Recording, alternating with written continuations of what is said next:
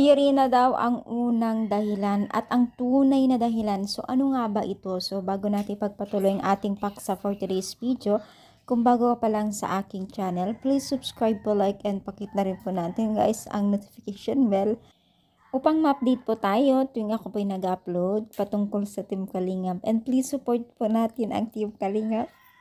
Lalong-lalo na po kila Kalingap Rab at Kuya Bat. So, for today's video nga po ay talagang marami pong nakapansin. At syempre napansin na rin po natin ang ating paksa, no? So, guys, kung mapapansin po natin ay talagang si Rina po ang unang-unang sumikat sa mga ganap di umano na paris-paris, no? Si Kalingap Edo at si Rina. So, sumikat din po itong si Jomar dahil kay Rina, dahil po naging kuya-kuyahan din po siya dati kay Rina.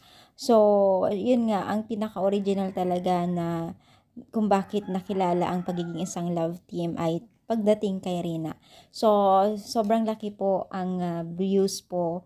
5 hours pa lang, million views na po ang ganap po ang views po ni Kalinga Prab, at dahil po doon nagkaroon din po ng mga kilig-kilig moment na hindi naasahan.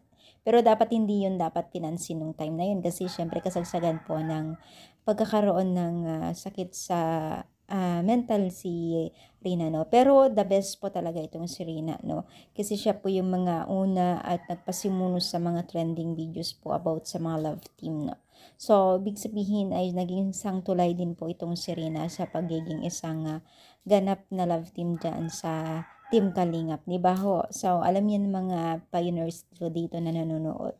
So, ano yung masasabi dito sa atin paksa for today's video? Comment down, palike po ang ating video. Thank you, more power, and God bless.